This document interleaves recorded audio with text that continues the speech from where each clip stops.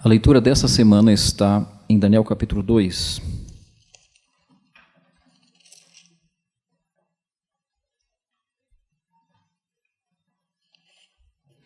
Embora nós não iremos explorar exatamente este verso no sermão, vamos ler aqui hoje o verso 19 e 22. Diz o seguinte: Então foi revelado o mistério a Daniel numa visão de noite. Daniel bendisse o Deus do céu. Disse Daniel: Seja bendito o nome de Deus de eternidade a eternidade, porque dele é a sabedoria e o poder. É ele quem muda o tempo e as estações, remove reis e estabelece reis. Ele dá sabedoria aos sábios e entendimento aos inteligentes. Ele revela o profundo e o escondido, conhece o que está em trevas, e com ele mora a luz.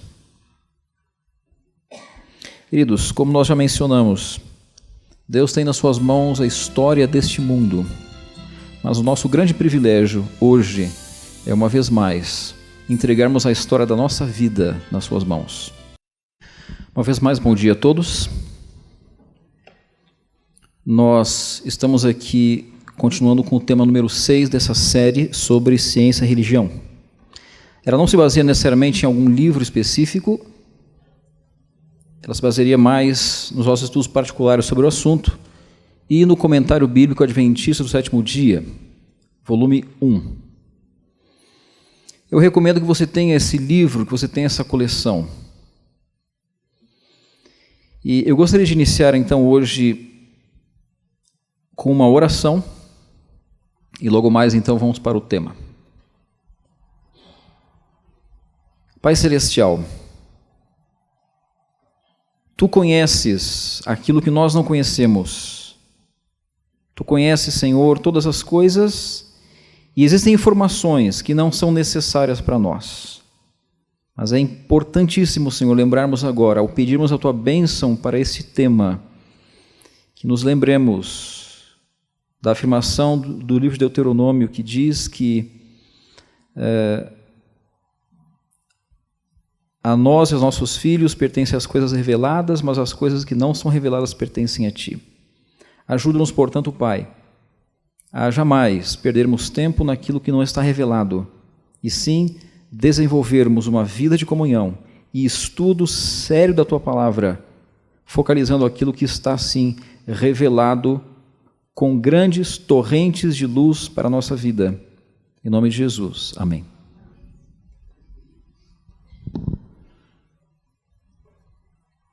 Se há um assunto que nós adventistas deveríamos dominar, é o das profecias bíblicas, especialmente Daniel e Apocalipse.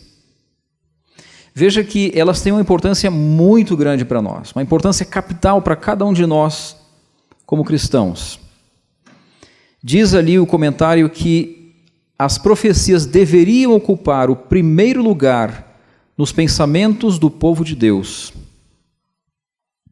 Se eu fizesse um teste aqui na igreja de The Hill, neste sábado, se você tivesse que responder perguntas sobre profecias, datas, lugares, nomes, que nota você obteria num teste de conhecimentos sobre profecia bíblica?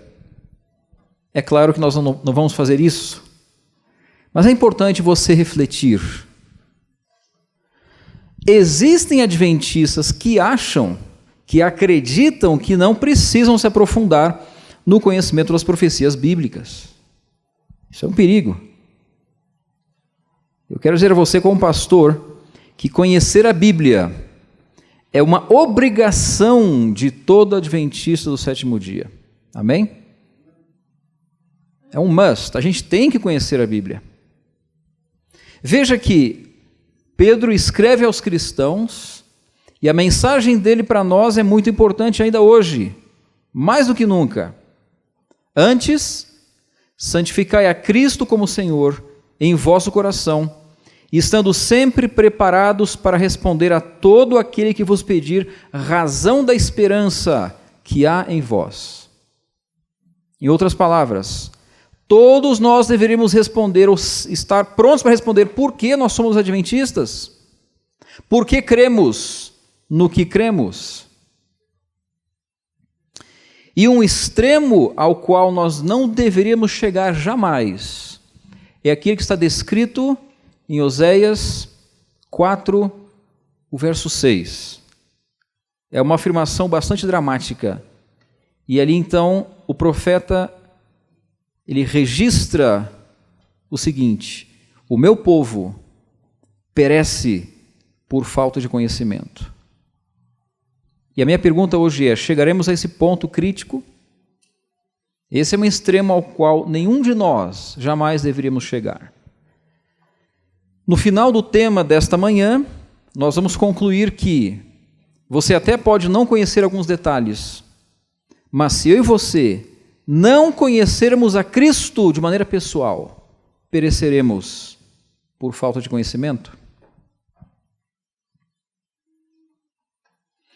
Muitos leitores iniciantes da Bíblia se deparam com as seguintes perguntas. Eles leem a Bíblia e começam a fazer perguntas. Isso é muito importante. O que essa imagem significa? O que esse símbolo aqui em Daniel, em Apocalipse, significam? Segundo, como eu posso calcular, como eu posso entender os períodos de tempo das profecias? Que critérios são usados? E eu sei que você aqui tiraria full marks, nota 10. Dependendo do país é nota 100, né? Em profecias bíblicas, amém? Todos aqui são experts em profecias. Mas hoje, vamos nos concentrar numa terceira pergunta. Talvez você já tenha pensado nela. E a pergunta é a seguinte: como as profecias de tempo se encaixam na cronologia bíblica e especialmente no calendário? Eu quero falar sobre o calendário agora. O desafio de toda a cronologia é você sincronizar datas de calendários que são diferentes entre si. Toda a cronologia é uma soma, é uma contagem, mas você precisa sincronizar um monte de números. Então vamos começar pensando o seguinte: desde quando existem calendários? Desde quando existe a contagem dos dias, dos meses e dos anos? A resposta começa em Gênesis. Gênesis 1,14 diz assim: disse também Deus: haja luzeiros no firmamento dos céus para fazerem separação entre o dia e a noite, e sejam eles para sinais, para estações, para dias e anos. O nosso Deus é um Deus de ordem. Ele posicionou a terra, a lua, em relação aos astros, para que nós possamos contar o dia pela rotação da terra, o mês pelas fases da lua, o ano pelas estações. Deus nos proporcionou esses ciclos. Então, a observação dos ciclos lunar, terrestre e das estações, ela dá origem aos primeiros registros astronômicos que possibilitam que você comece a contar os anos. Primavera, verão, outono, inverno. O que acontece depois? De novo, primavera, verão, outono, inverno. E depois, outra vez igual, primavera, verão, outono, inverno. E você vai contando os anos. Assim, junto com a matemática e a astronomia, nascem os primeiros calendários. É interessante, né? Essa fotografia é de um calendário asteca, mais ou menos século XII depois de Cristo. É interessante, é um ciclo. Mas o que todos os calendários têm em comum é que eles marcam o início do seu cálculo em função de algum evento histórico que é importante para eles, certo? Cada um tem a sua referência histórica. Veja, por exemplo, essa aqui é uma foto de Roma atual. Aí você vê o Coliseu, né? Mas o calendário romano, ele marca o ano da fundação da cidade de Roma. Em latim você vê aqui, Anno Urbis Condite, né? O ano da fundação de Roma como o marco zero do calendário romano. O calendário islâmico tem como ponto inicial a Hégira, ou seja, a saída, a fuga de Maomé da cidade de Meca. O calendário hebraico tem como ponto de partida pelo menos das festas religiosas, o Êxodo, todo mundo conhece. Se conta a partir do Êxodo, então, a história de Israel. Na cultura cristã, marcamos toda a história humana em função do nascimento de Cristo. Alguns até dizem nos sermões evangelísticos, Cristo, quando ele nasceu, ele dividiu a história. Na realidade, quem dividiu foi um monge da Idade Média, né? Mas é isso aqui, veja bem. Vamos colocar aqui a cruz, embora não tenha sido no ano zero, mas é uma referência que todo mundo reconhece. Esse monge romeno, chamado Dionísios, ou Dionísio o Exíguo, foi ele que criou essa classificação por volta do ano 525 da era cristã.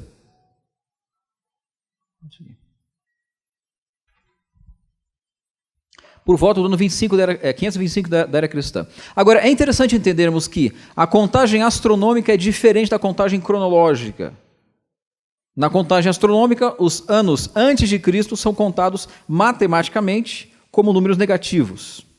Enquanto depois de Cristo, como você vê aí para esse lado, eles têm um ano zero, né? E nesse cálculo chega-se a data aproximada, é uma convenção 4 a.C. para o nascimento de Jesus. É interessante isso, né? Não sei se você sabia. Alguns dizem que Cristo pode ter nascido no ano 6 a.C. Isso não é importante para nós. Nós vamos ver isso aqui no final. O fato é que foi esse Dionísio aí, no século 6, que criou essa ideia de antes de Cristo e depois de Cristo. Muito bem, toda a cronologia é uma cronologia relativa. Você não pode dizer, é isso aqui absolutamente. Por quê? Porque nós usamos as referências importantes para a nossa cultura, para a nossa história, para a nossa visão de mundo. Então você percebe que os calendários de culturas diferentes vão trazer datas completamente diferentes. Por exemplo, só para a gente... Isso aqui é só a introdução. O calendário gregoriano, que nós usamos hoje, que é uma pequena correção do calendário juliano, ele marca que nós estamos há 2019 anos após o nascimento de Cristo, ou depois de Cristo. Que ano nós estamos? 2019, ponto final. Na nossa cultura é isso. E acabou. 2019, essa é a nossa referência. E é interessante que nós estamos aqui no dia 6 de abril, não é isso? Sábado 6 de abril. É isso mesmo? Hoje é hoje mesmo? Ok, então vamos para frente. Então estamos na posição certa aqui. Agora veja, no calendário babilônico, na contagem deles, esse é o ano 6.769. A partir do quê? Não sei. No calendário budista, a partir talvez ali de Buda, de alguma coisa que foi fundada ali, naquelas regiões da Ásia, hoje é o ano 2563. O calendário judaico traz uma data interessante. Este ano é o ano 5.779. Também não sei que referência eles estão usando aqui. Mas você vê isso daí, qualquer calendário judaico, esse é o ano que nós estamos. E agora em abril, maio, vamos pular para o ano 5.780, porque eles têm uma contagem diferente. O ano deles começa na metade do nosso. No calendário hindu, ali da Índia, aquele monte de religiões que eles têm ali, uma das referências está, então, apontando para o ano 5.120 de um ciclo. Eles têm vários ciclos, de milhares de anos. Claro que nós não acreditamos nisso daí, mas como referência, ano 5.120. No calendário iraniano, a cultura iraniana é uma cultura milenar, uma cultura realmente bem interessante. Este é o ano 1397. No calendário islâmico, como nós já vimos, hoje, 2019, é o ano 1440, a partir da Hégira de Maomé. Agora pense comigo. Se os estudiosos católicos se preocuparam em estabelecer um calendário cristão para mostrar a importância de Jesus na história, não é surpresa que outros estudiosos cristãos tenham usado a Bíblia hebraica como base para uma tentativa de calcular a idade do mundo. Certo? Eu quero fazer uma pergunta. Quem aqui gosta de matemática? Eu tenho 5 mãos levantadas. Alguém levantou aqui ou não? Eu devia trocar de sermão, então. Acho que vou procurar outro texto agora. Irmãos, por favor, apertem os cintos, não vai ser difícil, tá? É uma questão só de soma. De adição básica, muito básica. Adição ou subtração, é muito simples. Até eu entendo. Então vamos para frente.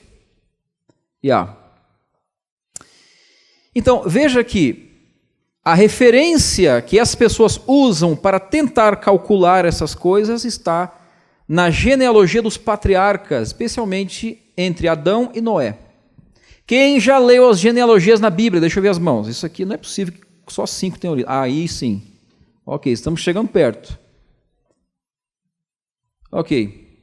Então, para nós cristãos, como a Bíblia contém a verdade sobre a criação e o dilúvio, então os seus registros genealógicos, a lógica me diz que eles devem ser também o quê? Dignos de crédito. Essa é a lógica. A Bíblia contém ou não contém a verdade? Sim. Então a gente pensa, bom, se a Bíblia diz a verdade, então quando o assunto é genealogia, eu posso usar esses números, certo? Com esse raciocínio, eu quero apresentar a você hoje um dos maiores cronologistas cristãos que viveu no século XVI. O nome dele é o reverendo anglicano James Ussher. Ele foi o mais destacado estudioso de cronologia do século XVII. De fato, o século XVI e XVII, né? E ele publicou no ano de 1650 os seus estudos em cronologia bíblica. E eu só estou citando ele porque ele escreveu um livro chamado Os Anais do Mundo. A palavra anais quer dizer registros históricos do mundo, contendo então a história do Antigo Testamento, do Novo Testamento, e ele vai até alguns imperadores Césares ali, ele para a contagem dele. Então você vê ali 1670, depende da edição aqui, 1600 e... Vamos ver, L com V, quanto dá mesmo? 58, né? 1658, essa edição aqui. Vamos lá então. Você percebe, ao você abrir o livro dele, que ele tem algumas linhas verticais, e ele usa 3 diferentes referências. A primeira, à esquerda em cima, se chama Anno Mundi, ou seja, a idade da Terra a partir da criação. À direita você tem o calendário juliano, que é basicamente o calendário antes de Cristo e depois de Cristo. Esse é o título da primeira parte, ou seja, os anais do Antigo Testamento, do início do mundo. E é interessante que se você olhar aqui, você perceber que ele fala aqui, no começo Deus criou os céus e a terra, Gênesis 1, verso 1. Né? E você tem um númerozinho interessante. Que número está bem ali do lado, na coluna da direita? 4004. Interessante. Essa é a data que ele registra para a criação do mundo. E aí, você vira a página e quando ele fala de Noé, ele registra aqui no Anno Mundi 1656. E daí ele data mais ou menos o dilúvio no ano 2349, 48. Vamos entender o raciocínio dele. Olha só. A cronologia de Ussher foi bem aceita pelo público. Ela era levada a sério. Vários cientistas acreditavam que o mundo tinha por volta de 6.000 anos de idade e que, claro, o dilúvio é real, é literal, é verdadeiro. Você tem aqui alguns nomes, Galileu, Kepler, Newton. E a edição de 1771 da Enciclopédia Britânica traz ligeiras modificações. Você tem aqui o ano da criação, 4007 a.C., o ano do dilúvio, 2351 a.C., mas essas modificações são posteriores a Ussher. Vamos entender o raciocínio, olha só. A partir da soma das idades dos patriarcas registrada nas genealogias do Gênesis, podemos definir basicamente o tempo entre Adão e Noé. Qualquer um pode calcular isso daí. Entretanto, aí começa a questão. Isso aqui é uma informação importante. Entretanto, isso não pode ser feito sem tratar de inúmeros problemas, especialmente se considerarmos que há grandes diferenças nos registros genealógicos entre o texto massorético, entre a Septuaginta e o Pentateuco samaritano. Pastor, mas é cada palavra que você está trazendo hoje, que palavras são essas? Queridos, o texto massorético é o texto transmitido ao longo de vários, pelo menos 1.500 anos, por copistas hebreus, que foram muito fiéis aos originais. A tradução que você tem hoje do Antigo Testamento na sua Bíblia, em português, vem do texto massorético. Só que, além disso, há outras traduções, há outras versões. O que é a Septuaginta? É a versão grega do Antigo Testamento. Como ela foi escrita por 70 copistas em Alexandria, ali pelo século 3, 2 a.C., por causa dos 70 sábios que escreveram, o nome é Septuaginta. Certo? E o que é o Pentateuco samaritano? É a versão dos samaritanos que foi trabalhada depois do exílio, depois ali da destruição de Samaria. O pessoal misturou as coisas, o fato é que os samaritanos também têm uma versão da Bíblia.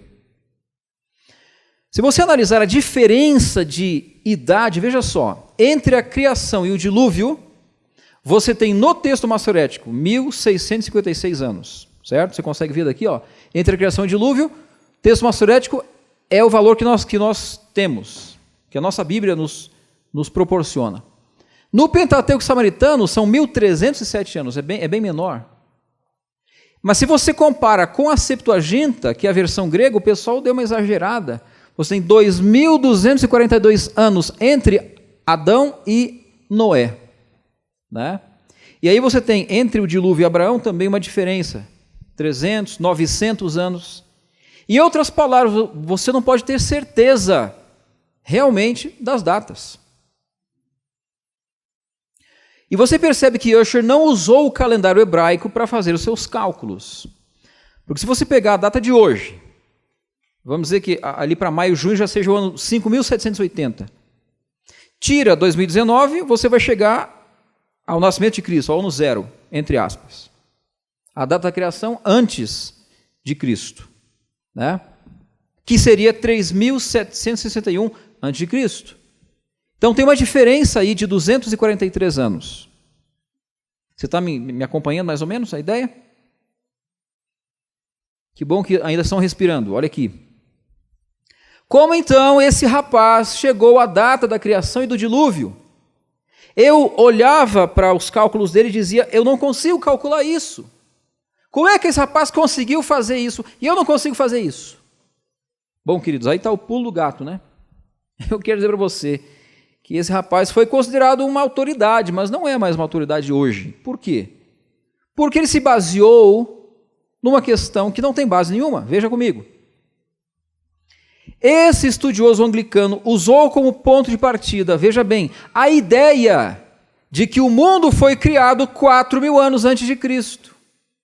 Aí ele pegou uma reguinha muito simples de 4.000, colocou no ano 4 antes de Cristo e empurrou para lá. Olha aqui, ó. De acordo com esse cálculo arbitrário, né? Se Cristo nasceu no ano 4 antes de Cristo, uma soma simples projeta o dia da criação do mundo para o ano 4004. Pronto, aí está o segredo do rapaz. Mas não é um cálculo exato, você não tem como provar isso. Da mesma forma, né, veja que esse é o ponto de partida de Ussher na sua edição de 1658, tal, do Anais do Mundo. Né? Então, é assim que, subtraindo esses 1656 anos da genealogia do texto massorético dessa data da criação, ou seja, você tira 1656 de 4004, vai sobrar isso aqui, ó, 2300 e 48 a.C. Essa é a data que ele marca para o dilúvio.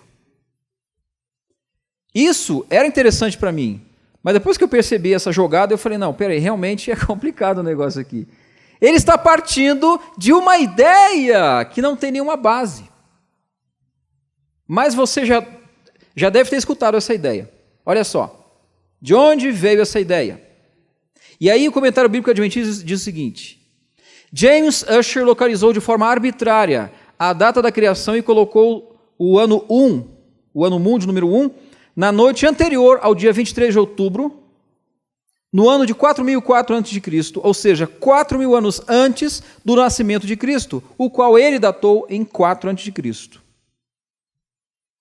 Na continuação, isso estava em harmonia com a teoria de 6.000 anos, que localiza 4.000 antes de Cristo e 2.000 depois de Cristo. Né? Que teoria é essa? Talvez você já tenha escutado essa teoria. Talvez você já tenha escutado alguém dizer que a Terra tem por volta de 6.000 anos. Né? Presta atenção nisso aqui. Essa teoria de 6.000 anos não se deve igualar à frase 6.000 anos, que tem sido usada por muitos escritores religiosos como uma tentativa, aliás, como uma estimativa do tempo transcorrido desde Adão.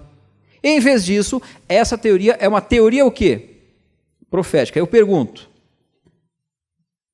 nós adventistas estudamos teorias proféticas ou estudamos profecias? Nós estudamos informações ou estudamos especulação? Então tem um perigo aí nessa teoria profética. Teoria é só teoria. Agora isso me deixou realmente de queixo caído. Escute isso aqui, ó. 6 dias da semana da criação, seguidos pelo sábado, essa é a analogia, juntamente com a declaração do apóstolo Pedro, de que para Deus um dia é como 1.000 anos, e 1.000 anos como um dia, constituiria supostamente uma predição de que esse mundo durará 6.000 anos, e que a partir do ano 7.000 entraremos num sábado milenar de descanso. Quem já ouviu essa teoria? Alguma vez? É conhecida. Mas aí está a parte mais interessante. Olha só o que diz o nosso comentário bíblico. Não existe um período profético de 6.000 anos na Bíblia. Isso aqui é para jogar água fria naqueles que ficam imaginando coisas. Ok, mas então de onde é que veio essa teoria? Aqui está a resposta. Isso para mim foi realmente interessante. Eu queria compartilhar com você. Essa ideia se originou na mitologia antiga. Os persas tinham essa ideia, aquele pessoal do Artaxerxes e tal. Os etruscos. Quem é esse pessoal, pastor? Eles fizeram perto da Itália, ali, antes de Roma. Né? Mais ou menos por ali. Eles tinham essa ideia. E numa analogia judaica aos dias da criação, ou seja, essa ideia também se baseia numa analogia judaica aos dias da criação, tendo sido cristianizada pelos pais da igreja, que eram considerados muito importantes no seu tempo, né? E persistido muito tempo depois de Ussher. Você percebe? Se você já ouviu essa teoria, essa ideia dos 6.000 anos, essa é uma prova de que o comentário está falando a verdade. Não é interessante isso? Olha só. Em outras palavras, resumindo, as datas da cronologia de Ussher, em relação especificamente à criação e ao dilúvio, não têm qualquer base bíblica. Você não pode afirmar que as genealogias estão exatas. Além disso, tem mais uma questão. Essas datas entram em conflito com a cronologia egípcia e assíria e mais algumas outras. É claro que nós não vamos falar desse assunto hoje. Falar sobre os problemas da cronologia egípcia nos tomaria horas e horas. Tá? Então, nós vamos mencionar essa questão e, em algum outro momento, provavelmente não num sábado de manhã, vamos tratar desse assunto. Pastor, mas então você me deixou com dúvida, pastor. E agora eu vim para a igreja para ter certezas E agora eu estou cheio de dúvida. E agora, pastor? Bom, a pergunta é, do que podemos ter certeza então? Eu sei que você quer pular direto para Jesus, mas vamos para a matemática aqui. Olha aqui, ó. Nós podemos ter certeza da data do Êxodo. Amém? Isso é legal. 1 Reis 6, verso 1. Leia comigo, vamos lá. 1 Reis 6, verso 1. Se você não tem isso anotado na sua Bíblia, faça essa marcação imediatamente. 1 Reis, capítulo 6.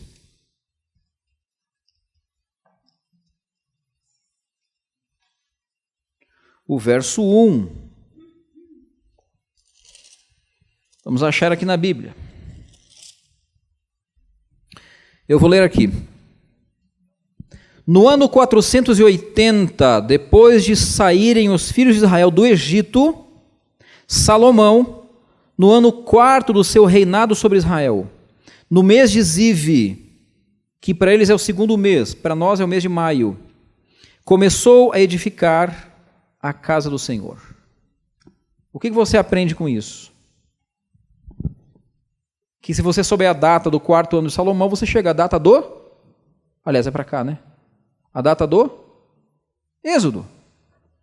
Ninguém diz amém aqui? Isso é interessante. Isso aqui é certeza. Olha aqui, ó. Vamos ver qual é o raciocínio matemático. O 4º ano do reinado de Salomão, de acordo com a história, é o ano 467 e 66. O ano judaico do reinado que começou no outono, lá no norte, né? Do ano 967 e terminou no outono de 966. Ok? Então, se você tem essa data, Ziv, que equivale ao mês de maio, do primeiro ano em que os israelitas deixaram o Egito, foi 479 anos antes dessa data, de 966. E aí você faz uma conta muito simples. Se Ziv do ano 480 é 966, você vai somar, porque é antes de Cristo. Você está indo para trás aqui, antes de Cristo, então você vai somar. E vai dar o ano 1445 antes de Cristo. Amém? E isso você pode sincronizar com a cronologia egípcia. Alguns colocam o êxodo israelita no Egito muito para frente ou muito para trás. E nós entendemos que o êxodo ocorreu na 18ª dinastia egípcia. Ponto final. Eu não sei se você sabe, mas usando essa cronologia errônea, os autores do filme 10 Mandamentos colocam o faraó na história do êxodo 250 anos antes dele ter nascido. Então é uma contradição que a gente resolve aqui. Então não era aquele faraó. Muito bem. Eu quero só mostrar para você graficamente o seguinte. Você tem dois critérios para contar. Primeiro é o ano mundi. O 0 é o momento da criação. Para frente você vai somando ali as idades, certo? Por outro lado, você tem uma outra referência que é antes de Cristo e depois de Cristo.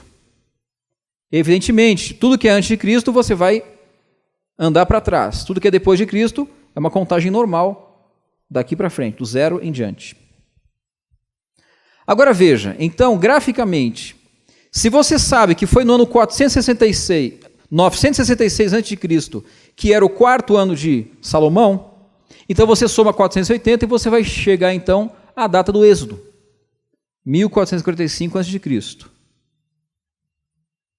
E é interessante que a Bíblia deixa muito claro que, no mesmo dia em que os 430 anos se completaram, a partir de Abraão, o povo de Israel saiu do Egito. Portanto, a data mais longínqua que nós podemos alcançar com certeza em relação à cronologia bíblica é a aliança de Deus com Abraão, 430 anos antes.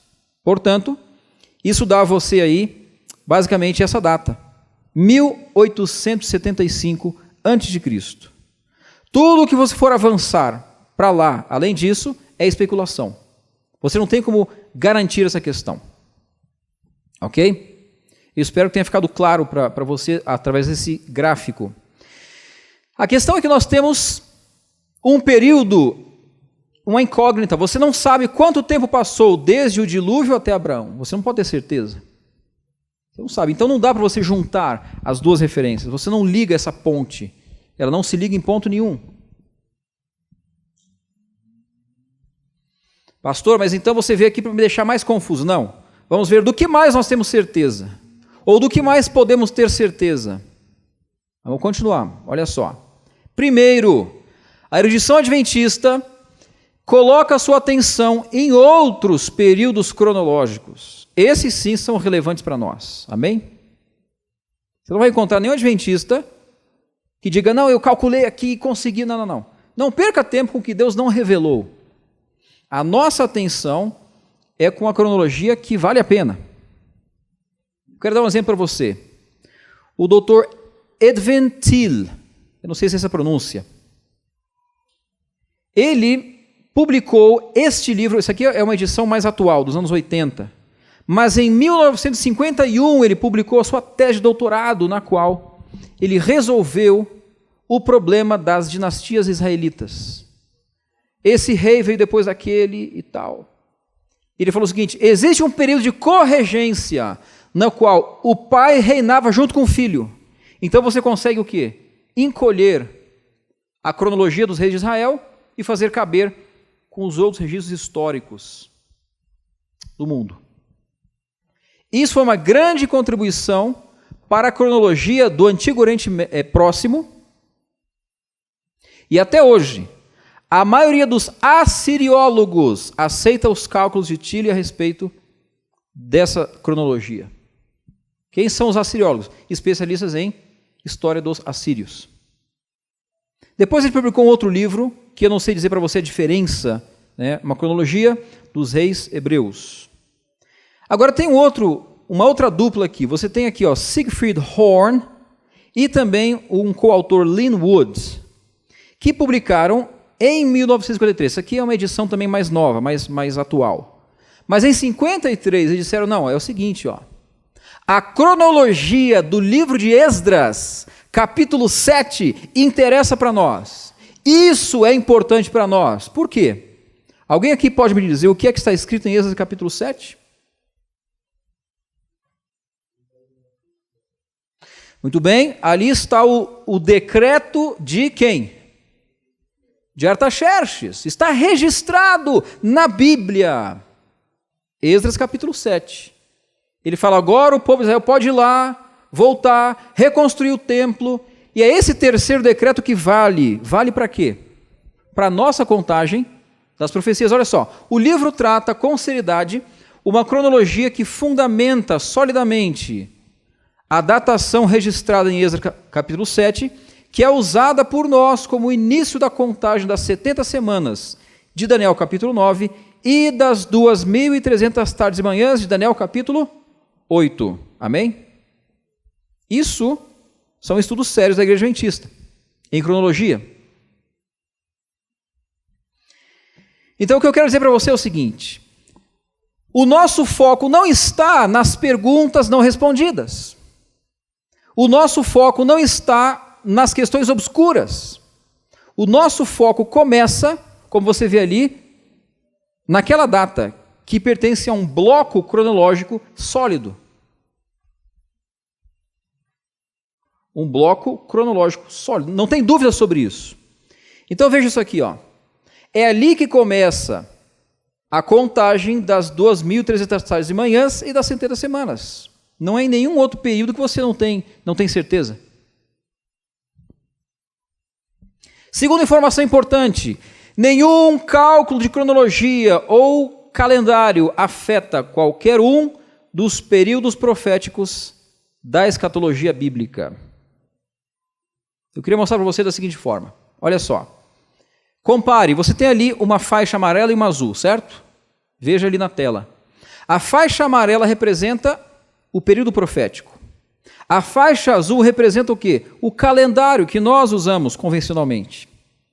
Para você saber onde começa e onde termina, você precisa entender o seguinte: datas e cronologias o azul, elas são relativas. Períodos proféticos, que é o amarelo, não são relativos. É como você pegar uma régua de 30 centímetros, sempre tem quantos? 30 centímetros. Ela não muda de tamanho, ela é aquilo. Então, eu chamo isso de régua sobre régua, né? Se você colocar uma régua, que é uma medida fixa, imagine que você tem aqui o calendário, e aqui você tem, então, uma medida fixa. Você coloca uma régua ali por cima, né? Basta descobrir o ponto inicial de sincronização entre ambos, e se você souber que começa aqui, você coloca aqui a régua, e o final dela vai ser a data que você quer. Está entendendo? A data pode variar, mas a quantidade de tempo não varia. Ou seja, o período profético é uma coisa só. O calendário, você pode mudar as datas, mas o importante é que você saiba onde começa. E eu pergunto, onde começa então? Olha aqui, ó. Nós sabemos que começa no ano 457. Portanto, é só fazer a conta. Você começa com essa data, soma o período e você tem uma outra data. O nome disso é interpretação historicista. E nesse sistema, o que determina a sincronização é sempre um evento registrado na história. Ele está registrado na Bíblia e está registrado na história. Artaxerxes decretou que eles poderiam voltar a Jerusalém e reconstruir a cidade e o templo. Então, se você pega essa data, 457, e soma 2.300 anos, você vai ter, obviamente, para os que calculam melhor, 22 de outubro de 1844. Amém? Queridos, a interpretação historicista adventista crê que Deus age na história humana e, por isso, as intervenções de Deus podem ser registradas. Isso é motivo de alegria para nós. Deus age na história humana. Deus interfere na história humana. E o mais importante, Deus age na sua vida. Então, na continuação, assim como Daniel capítulo 2 é a base de todas as profecias de tempo na Bíblia, Daniel 2, verso 38 é o ponto de partida para a gente sincronizar essas informações, porque nos permite associar o primeiro império da profecia a quem? Como é que é o nome do rei? Com quem Daniel conversou? Com Nabuco, olha aqui, ó. Veja que o amarelo representa os períodos proféticos. Aí você tem, qual é o primeiro império escrito ali? Babilônia. Depois, Medo-Pérsia. Depois, Grécia. Depois, Roma papal. Depois, as 10 tribos e tal, que se transformaram na Europa. E depois tem o quê? A segunda vinda, amém? Daniel capítulo 2 é o alicerce de todos os períodos proféticos da Bíblia. Pastor, mas como é que eu vou saber que começa com Daniel? Que começa com Nabucodonosor? A resposta é Daniel 2:38. Ali está Daniel dizendo para o rei, rei, quando é que começa a contagem? Começa com você. Você é a cabeça de ouro. Tu és a cabeça de ouro. Se você não anotou na sua Bíblia, anote agora, Daniel 2:38. É aí que começa tudo. Essa é a base de todos os cálculos proféticos. Você, veja, Daniel capítulo 2 não traz datas. Ele traz uma sequência de impérios, certo? Mas como essa sequência é importante para nós,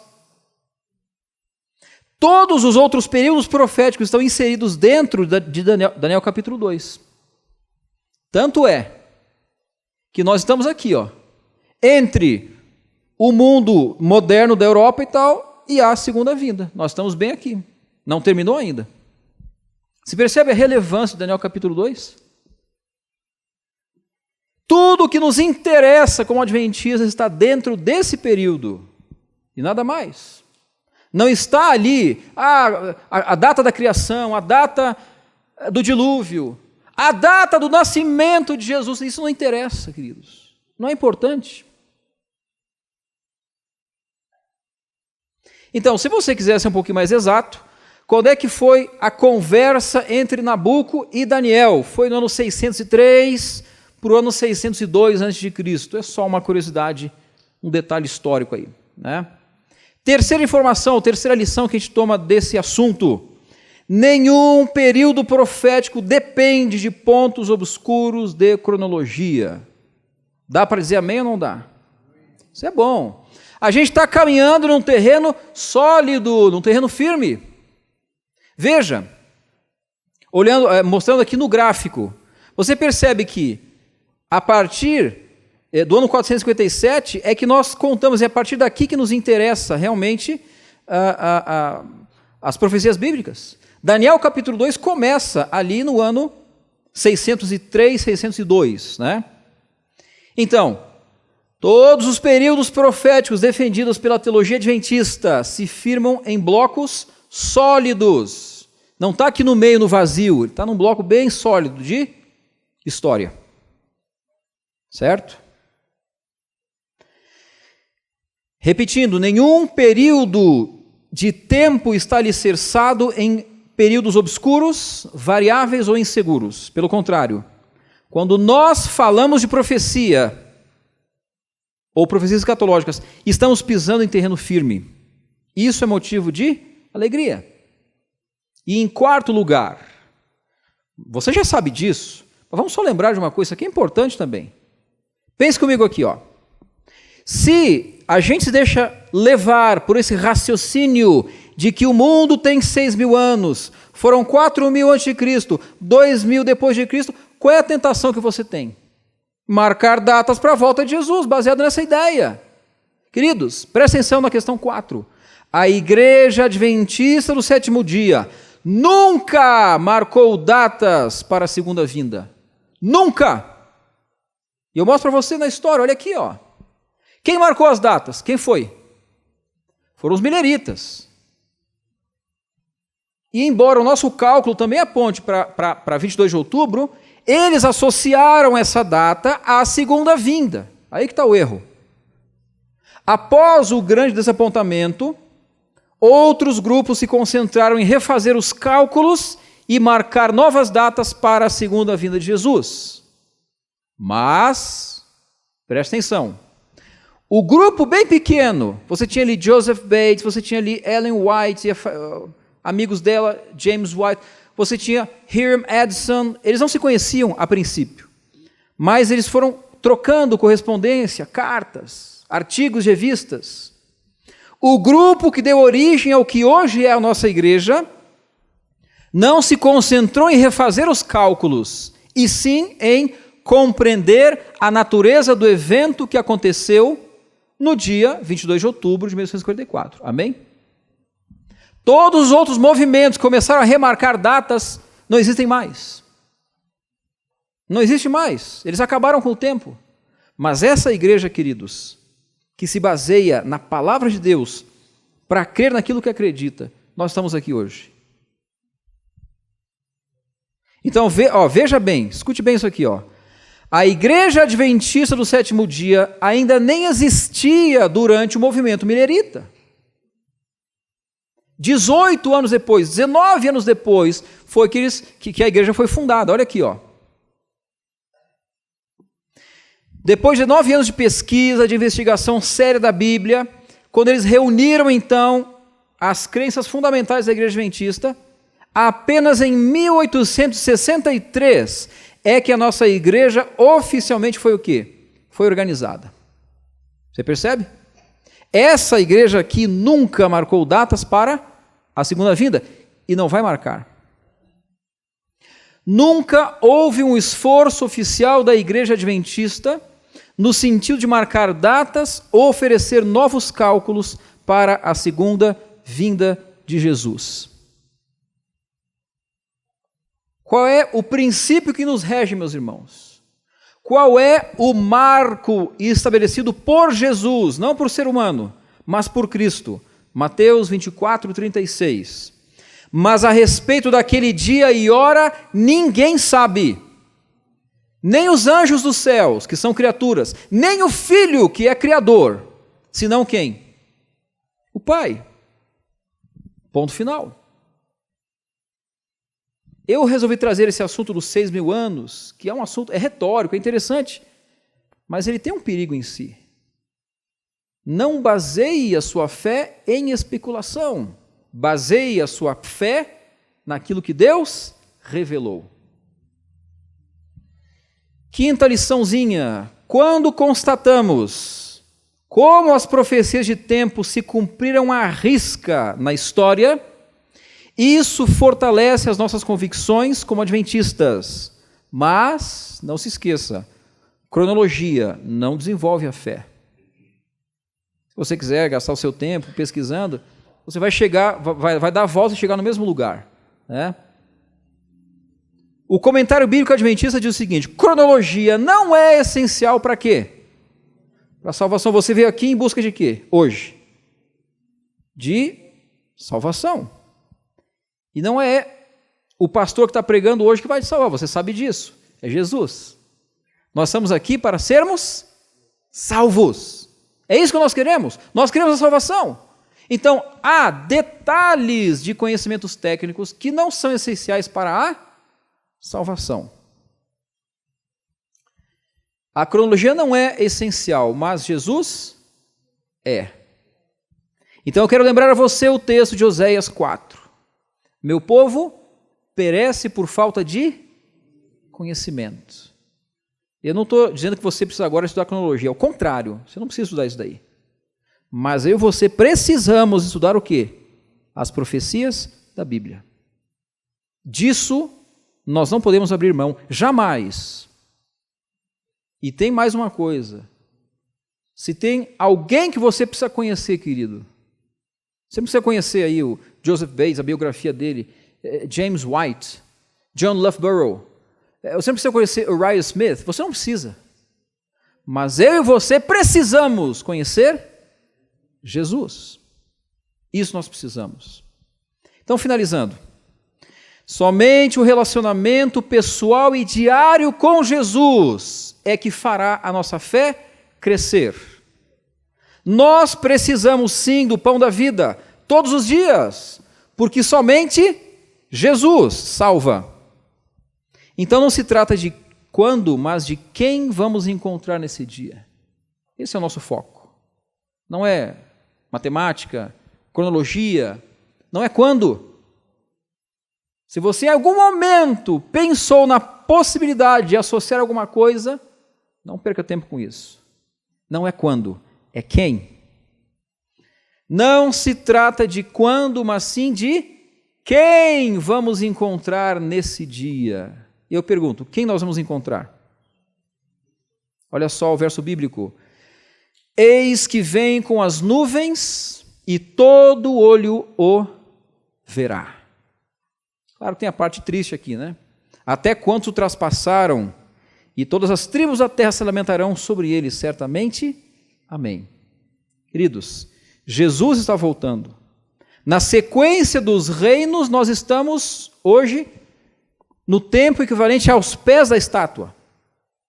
Você tem reinos fortes, e você tem reinos ou países fracos. Tudo misturado. Nós temos conflitos e problemas.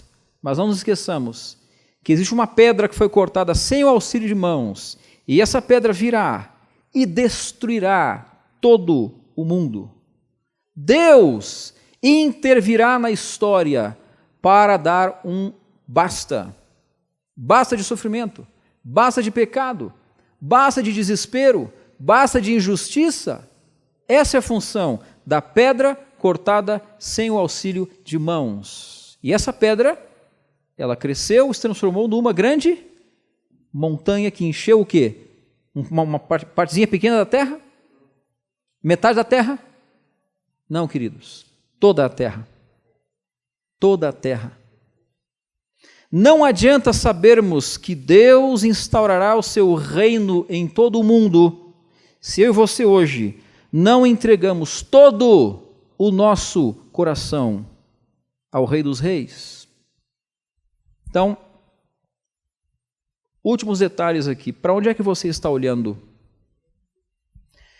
Tem gente que está olhando para o passado e dizendo assim, olha, os adventistas originais é que estavam certos sobre a Trindade. Queridos, não vamos perder tempo olhando para o passado. Não perca tempo olhando para o passado. Tem gente olhando demais para o presente, dizendo, não, mas eu preciso ter dinheiro, eu preciso de riqueza, eu preciso disso e daquilo, aí eu vou ser feliz, aí você é um adventista fiel. E a gente só olha para o presente, está acumulando tesouros no presente. Você quer ser rico? Não tem problema, mas não perca de vista o mais importante. O que interessa para nós, queridos, é o futuro. Portanto, finalizo dizendo, olhe na direção certa e a sua fé sempre estará firme. Amém?